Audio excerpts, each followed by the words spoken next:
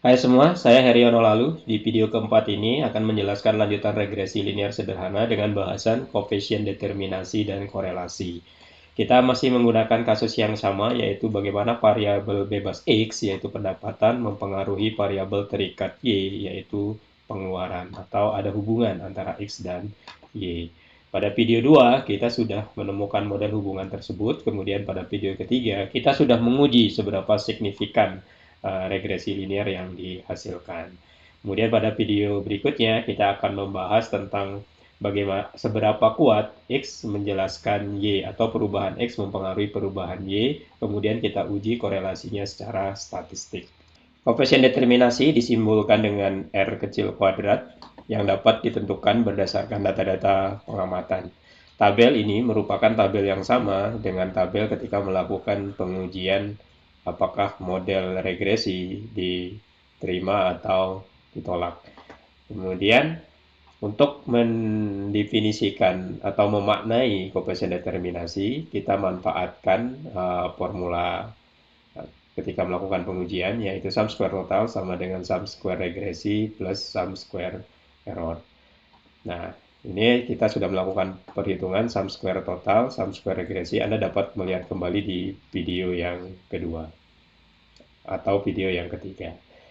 Nah, sekarang kita coba memahami koefisien determinasi dengan analogi dari formula ini. Analogi pertama yaitu sum square total sebagai sebuah besaran yang menyatakan perbedaan atau perubahan angka-angka pengeluaran dari data.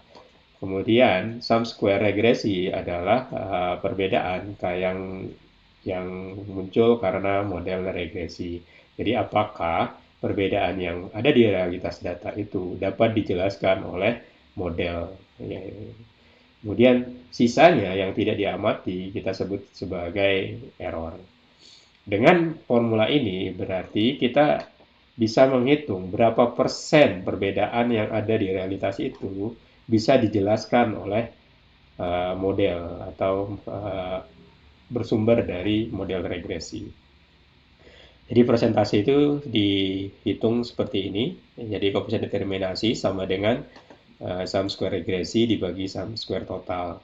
Kita masukkan angkanya, kita akan dapat 82,1%.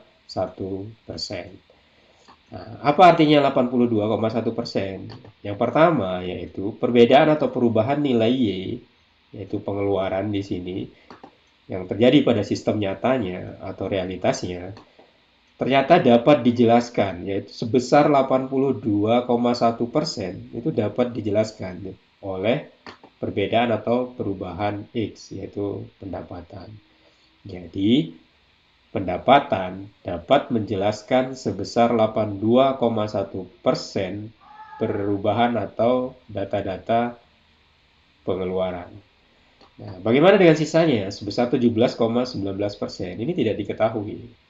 Jadi, perbedaan pengeluaran seseorang 17,9% itu tidak diketahui karena faktor apa? Karena tidak diamati. Jika ingin diketahui itu harus diteliti kembali. Berikutnya kita akan menentukan korelasi atau R. Secara sederhana R adalah akar dari koefisien determinasi. Koefisien determinasi kita dapatkan 0,821, kita akarkan dapat 0,906. Ini adalah nilai dari korelasi X dan Y. Korelasi X dan Y tidak diartikan seperti koefisien determinasi, dia cuma menjelaskan bahwa terdapat hubungan X dan Y dengan korelasi 0,906. Sebagai pengetahuan tambahan, korelasi itu memiliki arah hubungan, bisa positif, bisa negatif. Maksudnya korelasi berarah positif itu, seperti kasus yang kita bahas, yaitu ketika pendapatan membesar, maka pengeluaran juga membesar. Atau sebaliknya di sini, ketika pendapatan itu mengecil, maka pengeluaran juga mengecil. Ini adalah bentuk hubungan yang positif. Kemudian ada yang negatif, jadi arah hubungannya itu negatif. Ketika X-nya mengecil, Y-nya membesar. Atau sebaliknya, ketika X-nya membesar, Y-nya mengecil. Ini adalah hubungan yang negatif. Nah, kita akan mendapatkan korelasi yang nilainya negatif.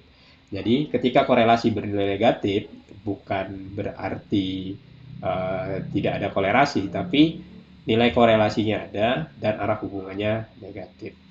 Dalam beberapa kasus, terkadang kita ingin menentukan nilai korelasi langsung dari data pengamatan, jadi tidak melalui pemodelan regresi terlebih dahulu. Nah, untuk menentukan langsung dari data pengamatan, kita bisa menggunakan formula Pearson correlation sebagai berikut.